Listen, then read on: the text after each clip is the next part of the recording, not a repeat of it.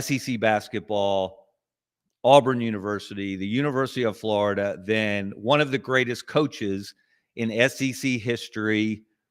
He was a master in March. He owned the SEC tournament.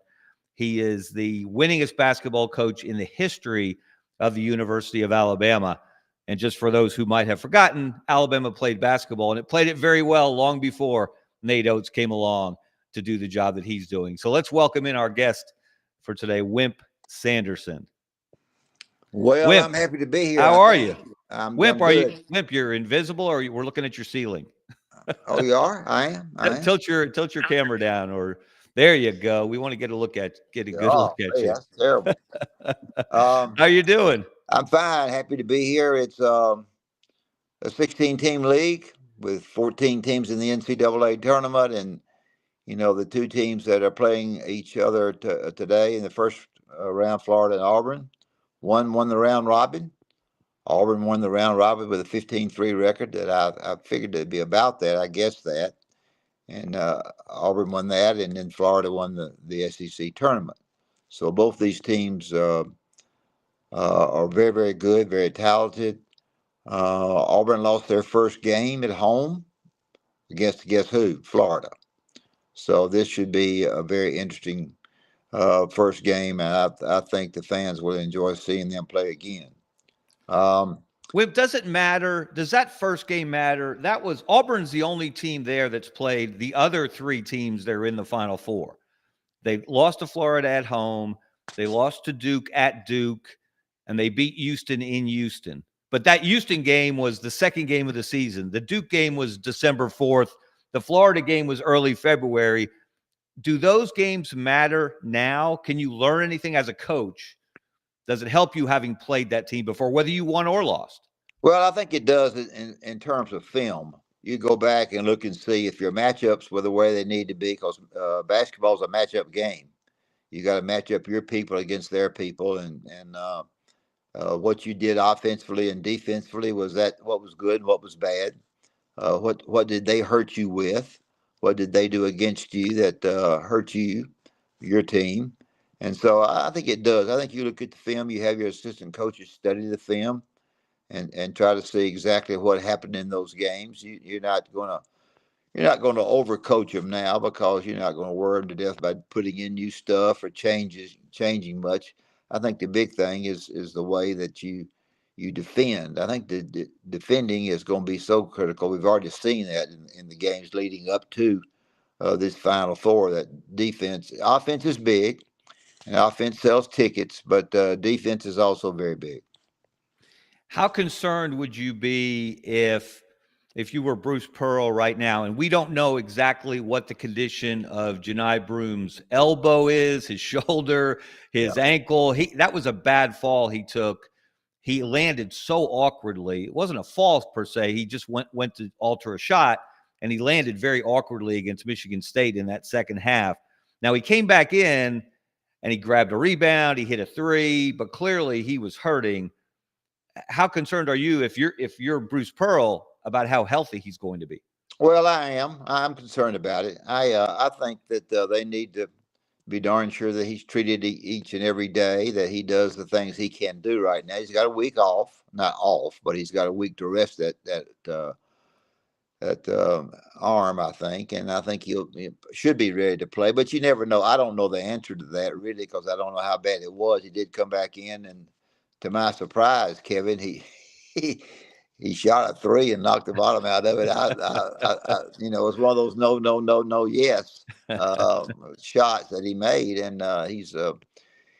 I think a little bit, and I don't want to say this in the right way. I think maybe he's been a little bit of a surprise as to really how good he is. I think you get him.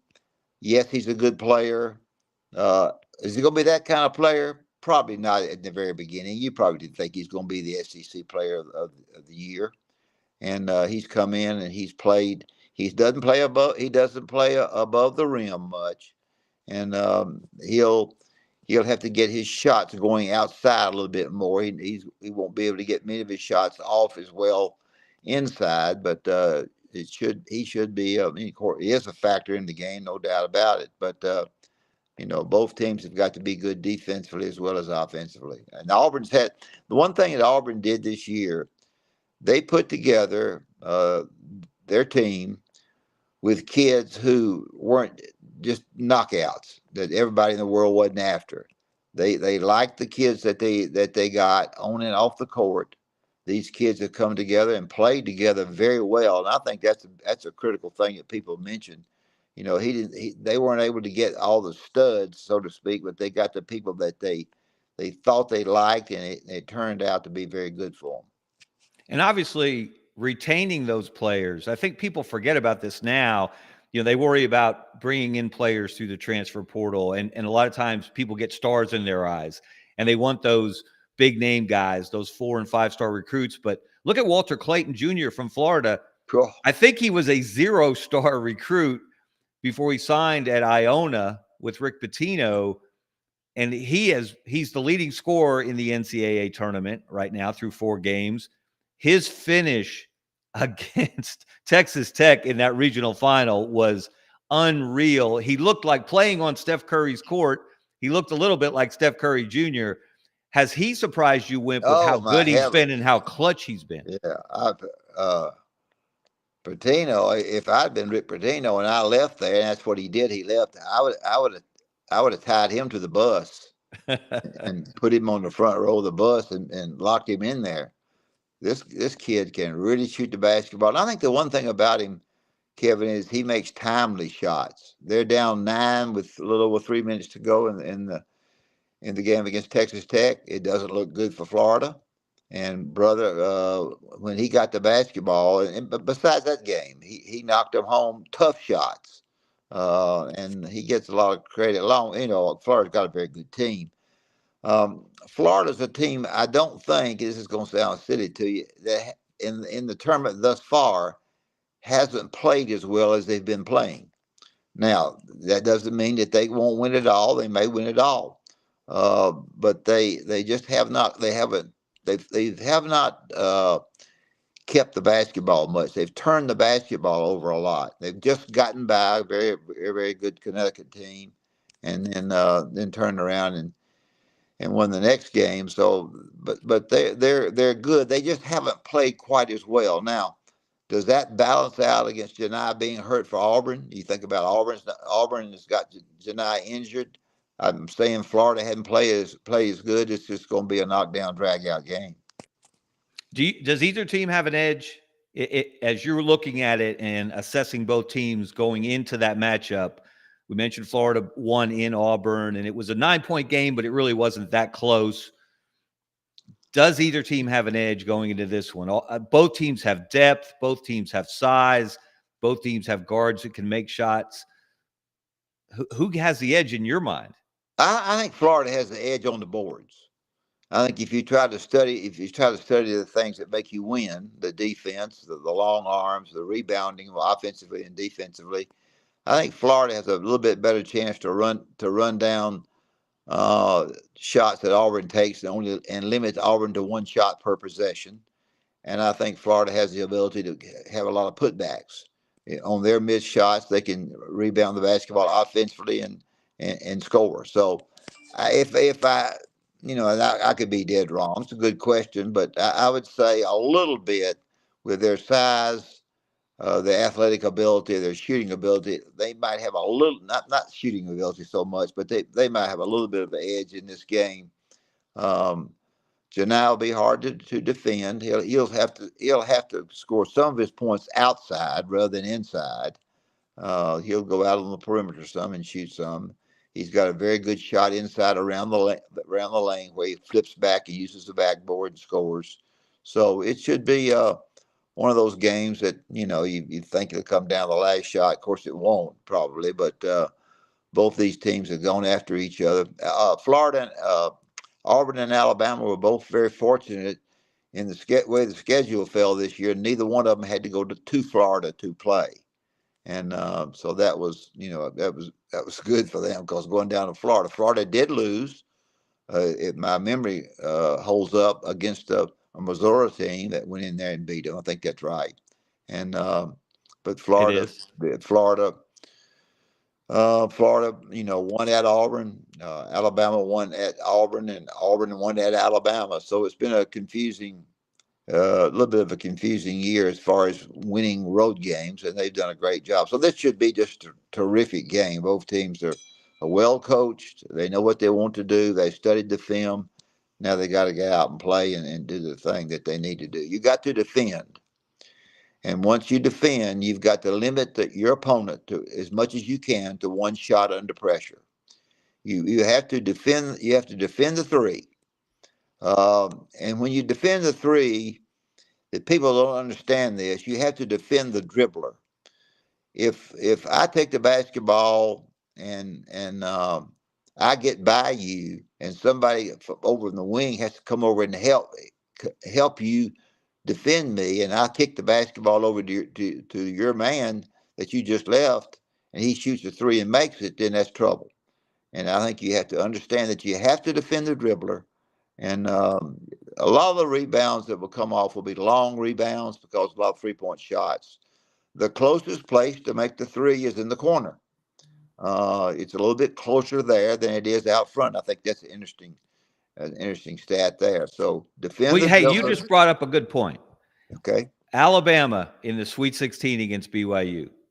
They shoot 51 threes. They Yep. make 25 They did. threes. Both are NCAA tournament records. Obviously, BYU was the lowest rated defense in the Sweet 16 Yeah. in the 70s in Ken Palm. So not as much of a surprise. But Alabama does not have anything close to that kind of a performance against Duke in the Elite Eight.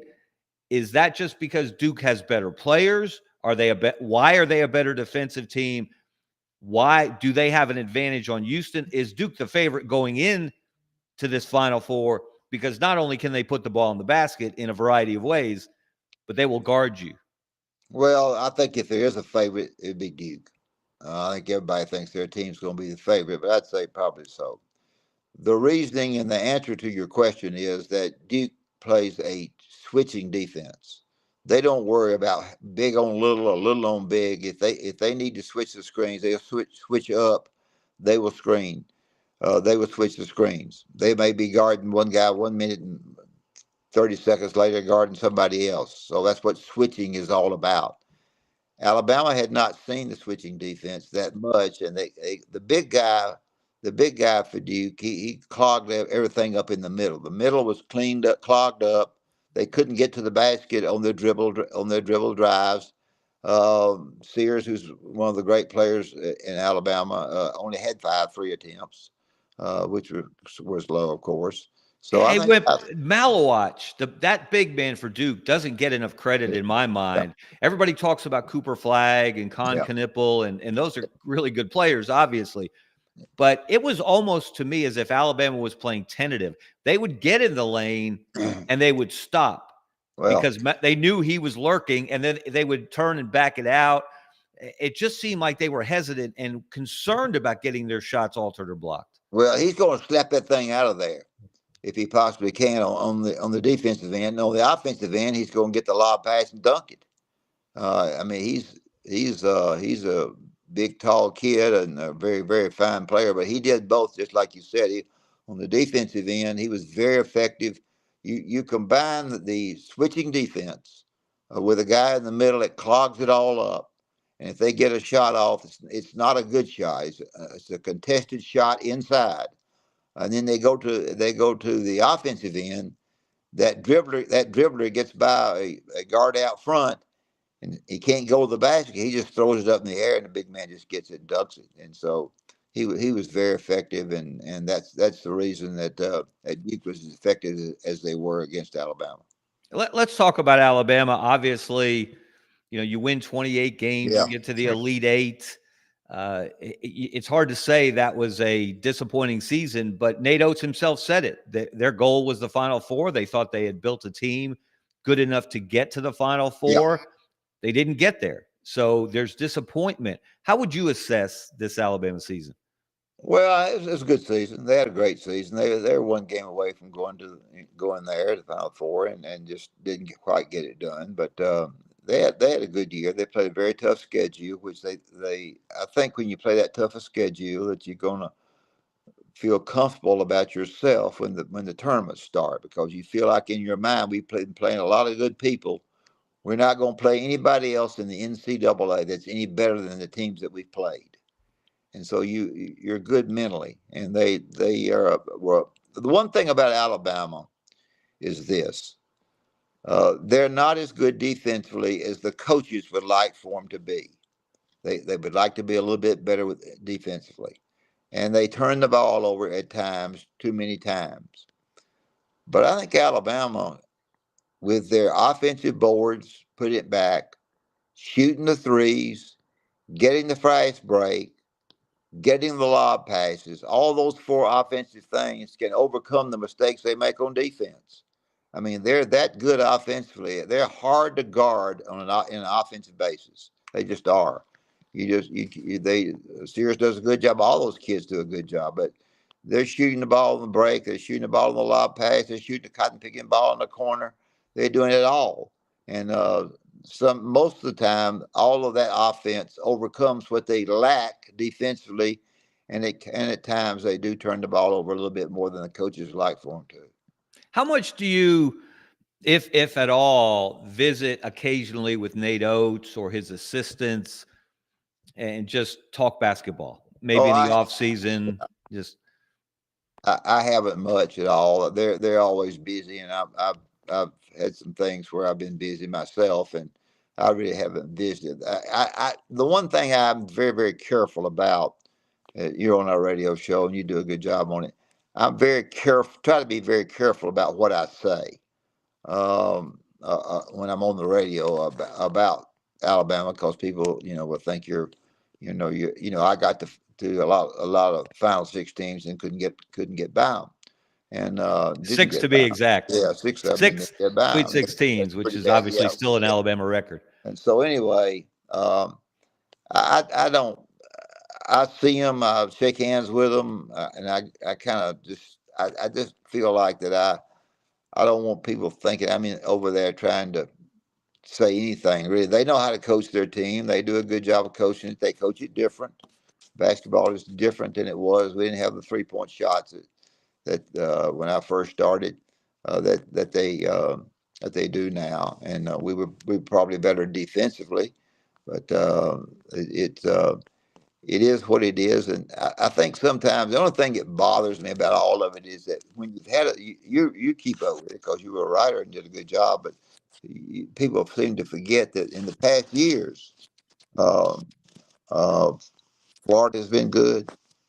Duke has been good. We played Norm Sloan in the finals of the SEC tournament in Knoxville and beat them there. Auburn, Georgia. Auburn, Florida. Um, Houston's always been pretty good. Um, you seem to forget that, but you like to compare, and so social media this day and time, is quite different than it was when I was coaching. We got some. I'm kind of glad of it because I got busted more for getting to the final 16, not getting by that game. But uh, the teams, the players were just as good in my day as they are now. The teams were just as difficult because we played an 18-game round robin schedule. And guess what? We kept our players. This day and time, you don't always keep your players. Our players that went with us, signed with us, excuse me, played with us every year. And so the more they played, when they got to be juniors and seniors, the better they got. So I hear people say basketball's better. It's not. We had around. We went to Kentucky every year. This day and time, you play 3 teams twice. Last year before last, you played 5 teams twice. Well, when you play 5 teams twice, that's 10 of your 18 games. If you're fortunate enough to hit, a couple of weak teams, you might pick up your 4 wins. So I certainly want to give it. I want to give the SEC a lot of credit, no doubt about that. But also, uh, basketball back in the days in the '80s was darn good. Well, let's look at your record, Wimp, and that's something that bothers me too, because I was fortunate Brendan, if you would pop up Wimp's just a partial list of his accomplishments at Alabama, and it's a long list. So I picked out a few. I've picked out a few things that really stood out. But one of the things that bothers me is, like I said, I was fortunate. I started working in this business in the '80s when you were at Alabama. Sonny Smith was at Auburn. Yeah. Durham was at Georgia. Dale Brown was at LSU. Kentucky had Eddie Sutton. They had Joe B. Hall before that. You know, and those were some of the best players, the Charles Barkleys, the Chuck Persons, the Buck Johnsons, the Enos Watleys that you had. Some of the best players that we've ever seen in the SEC. But because we're such a microwave society, everybody's about what's happening now. You would think that the SEC basketball just started in the last couple of years because they got 14 teams in the tournament. They got 7 to the Sweet 16. They got 4 to the Elite 8, and they got 2 to the Final 4, which is all great. But you just hit on something. It was different when you had to play everybody home and away in the league. Well, and the other factor too, and I'm not saying this ugly at all, but just say factual. We recruited our players. We didn't buy them. You can buy players now, and that's fine. If you got the money, if you got the budget, and your athletic director will help you with that, then you can buy you a basketball team. In our day and time, I know they used to say that people cheated behind the scenes. Nothing to the extent of maybe a Mother's Day card to a prospect's mother or something, but it just simply was quite different. So when you ended up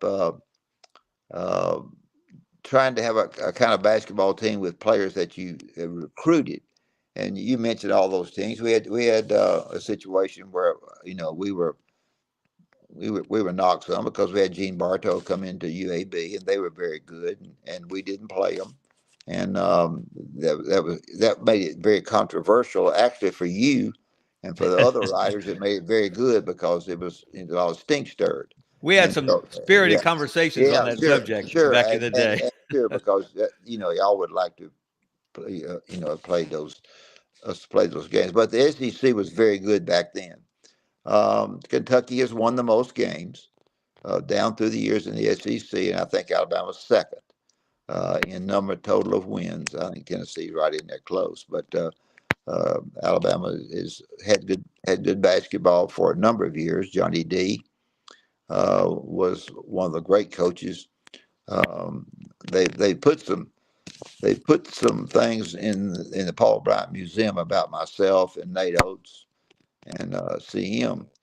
And I called the lady the other day and I said, Johnny D needs to be in there. Johnny D had a team that went to Montgomery, first team ever to score 100 points against Kentucky and beat them, and sort of got basketball really going back in when we were we were getting minority kids to play for us. So that was back in the 50s. The Rocket 8. Yeah. That's all you people that were listening to this show were just a thought in your mama's mind. Your mama may not have even been born. I got to ask you though, since we're talking about that, I have made the point, and I have been emphasizing it. I've been tweeting it throughout the NCAA tournament. I know you've seen it. How many NCAA tournament wins that you had, which is 12, how many Nate Oates has had, and he got to 11, and now Bruce Pearl has gotten to 11. And yet, after the Sweet 16 win over BYU, Alabama's official Twitter account put out a congratulatory tweet to Nate Oates on winning his 11th NCAA tournament game, a new school record. Well, it's not a school record except for the fact the NCAA vacated your 2 wins in 1987. Does that bother you? Well, it shouldn't have. They shouldn't have. There's no reason to. You know the story better than anybody. Yeah. Well, I didn't even know that happened. I think the SID. I don't know if the athletic director told him to do that or not. I have no idea. But I think the NCAA told, and you could see it. It's weird. It's in different media guides where they will include those victories, Yeah. but they will put an asterisk and they'll Yeah. explain the NCAA vacated those Well, victories in yeah. that postseason only because a couple of guys, maybe did sign something with an agent or one of those napkin type deals.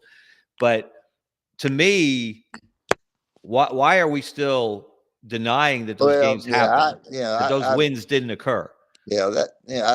it's okay. I be somewhere along the line, these guys that you mentioned are going to break all of my records. There's no doubt about that because they're going be continuing to coach, I guess, and my days are over. So it is what it is. We had good teams and we played hard. We got in the final game, several times, and so anyway, it is what it is. And what you if you you'll let that bug you if you're not careful. And I try to just turn the page and go on. Are you surprised, though, Wimp, that the SEC has done what it's done this year? 14 teams in the tournament, shattering the record by 3 of the Big East set back in 2011. As I said, 7 getting to the Sweet 16, 4 to the Elite 8, now 2 to the Final 4. I am, and also along with that, uh, I, we have changed things. So basketball changes, and this is not going to be favorable with everybody, but um, we've got the leagues are different. The ACC was top to bottom was very very tough when I was coaching. This year, you couldn't find anybody but Duke, maybe North Carolina Times. Big controversy about that, but the ACC was not as good. Um, and I think the other teams, when you go to the western part of the United States, you look up and all of a sudden, Southern Cal's in the Big Ten, UCLA's in the Big Ten. Oh, lo and behold, Oregon's in the Big Ten. So to me, the people, although Alabama played a very good schedule, the people are surrounding uh, uh, the SEC. Maybe we're not quite as good as they have when we were coaching. So um, does it surprise you that many got in? Yes, it does. Wimp, Did they? let's look at your record, and we have a graphic up on the screen. Most wins in school history, 267. That's soon to be over with. 6 SEC, not for a while, 6 SEC championships, 5 in the tournament, 1 the regular season, 10 NCAA tournaments in 12 years, 6 Sweet 16s, 12 NCAA tournament victories. You still, to this day, are in first place in the SEC and getting to the SEC tournament finals, getting to the semifinals, second in SEC tournament championships, second in SEC tournament victories behind Billy Donovan at Florida. And he was in ninth, I should add, not to put an asterisk on it, but Billy coached in 19 SEC tournaments. You coached in 12, and he only has a couple more victories. What are you proudest I of your don't time know. at Alabama? I think just the overall thing. I don't know that any one particular thing that sticks out too much. You know, here's the difference. When we were getting people, and I won't argue this. There are a lot of people who say the round robin is more important than winning the tournament. Well, the round robin is not like the round robin when we were there. When we were there, it was a round robin. You played Florida twice, you played Georgia twice, you played everybody twice. This day, it's changed. It's somewhat changed a little bit, so that makes it a little bit different. It When we were doing it, here's what the SEC said: the champion of the SEC is the one that wins the tournament. And is that fair? I don't know if it was or not. I thought it was because we won it a lot. But that's what they said. The champion of the SEC gets the championship ring, and my players thought that was important. So when we got ready to play in the SEC tournament, we use those things. If you want to be the champions of the SEC, regardless of what anybody says, the team that wins this tournament will be the champion, and you'll get the ring. And so that's what happened, and we were able to do that. As I already said, we got two teams going against each other Saturday. That one won the SEC tournament, and one won the round robin. So I I can see arguments on both sides. The only problem is SEC said and that the winner of the SEC tournament was considered the SEC champion. I've got to ask you, and you alluded to it earlier, in that you are careful in talking about Alabama basketball. I am on your radio show, and we should tell people that on Tide 100.9 in Tuscaloosa, Wimp and his son Barry have a daily morning radio show. I'm fortunate they allow me to come on and banter with them every Tuesday morning. Sometimes we disagree. That makes it more fun. Yeah, it does. And your approach is different than Pat Dye's approach. He was quite critical at times of Auburn football when he was a retired Auburn football coach, and he would go on radio shows occasionally, and he would say some critical things because he wasn't happy with the state of the program at different times. One thing that many people say to me, especially at the Birmingham Tip-Off Club, is, why does Wimp always want to talk about football? He seems like he wants to talk about football more than he does about basketball when you have me on as a guest. What do you say to that? I don't know. I don't even know. I think most of the time it's during football season. The only thing that bothers me about the whole thing is you talked about the things that I had done, and I don't want. I never got ever invited to speak to the Tip-Off Club. Here I am, a guy who won all those games. Hold on. And the Are you Tip-Off serious? Club never invited me to come. No. Are you serious? Never invited. That is an egregious oversight. I was the winningest coach at Alabama for a while. I won't be long. I won all those tournament games. It's a big deal. Yet I've never had, and I live in Birmingham, but was never invited. Well, I'm gonna since I've gotten involved in the club, I'm gonna see what I can do to change that. No, next I don't season. really want. It's not a big deal to me, but it's kind of funny that somebody would say that I talk football, and yet I wasn't even invited to the Tip-Off Club. You do like to talk football, though. Before we let you go, and we got to wrap it up here in a few minutes. What are your thoughts? Well, we talked on your show today about Greg Burns saying Alabama is not flush with cash. They are not going to be able to add as many scholarships as the NCAA moves to roster limits, in which you can use those scholarships up to the roster limit, 105 for football, although the SEC is going to stay at 85 for this coming season.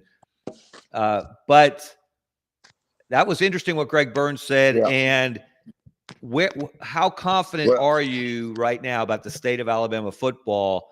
Are we going to see an uptick this year? Is that going to depend on the quarterback position? Are you concerned about the long-term future of Kalen DeBoer, considering he's trying to match up to Nick Saban? Yeah, I think he's going to do fine. You're never going to be as satisfied with the way Nick was and Coach Bryant was. But I think he's going to do fine. I think the athletic director's done a good job. I think it costs a lot more money to run a program, a swimming program or a rowing program or whatever kind of program you're trying to row than people realize. It's cost a lot of money to do that. And I think people don't recognize that, and that's the big thing. The talk or the speech or the information that you give your coach about his sport and to tell him that you're going to cut back is a very, very uncomfortable speech. As I listened to him talk the other day, he said, we had some, I forget what adjectives he used, but some things said that, we're cutting back on this or cutting back on that. That's an uncomfortable thing to say, because you're trying to build a program, and I forget how much money per player that it costs you to have somebody on scholarship. It's a lot of money. So it's six figures. I don't remember the exact figure, but it is six figures that they're spending now just on all the ancillary, all the benefits they provide, the training, the facilities, the nutrition, et cetera, et cetera, et cetera. Yeah. I just think it's that's it's quite different, and things are different as you go back and look at things that happened in the past, and everything's a little bit different, and we've lawyered up a lot. NCAA is lawyered up, and when you lawyer up, it makes it very difficult to get things in front of the House in Washington. And I don't know if we'll ever get it the way we want it. But if when I used to hand out $15 a month for laundry money, and by the way, we broke that down into $7.50 every 2 weeks. $7.50 every 2 weeks, and the line looked like he was going to Burger King. Just a minute, the line was so long. They all You wanted can't get a $7. meal at Burger King for that today. So they stood in line for $7.50, and if Coach Bryant, Johnny Vaught, those people were to wake up and come back and talk about in the millions, they couldn't handle it, and they wouldn't know how to handle it. And I tell you something, a lot of the coaches are not handling it very well themselves. They're disgusted with it, and I think the sad part about all of this to me is we quit recruiting high school kids, and I think that's bad. And we just high school kids are forgotten right now, and I think that's bad. You are right about that. Well, Wimp Sanderson, I could talk to you all day long about football, about basketball, about life in general. Thanks so much for joining me on the podcast. I always enjoy our Tuesday conversations. You have a great day. I appreciate you all letting me be on, because as most of you are, both of you know, I don't know exactly how to do much in this computer world, so I'm lucky to have gotten on and gotten with it. Thanks a lot, guys. You made it work. You made it work. Thank you, Wimp. Okay, have a great day. You. All right, I got to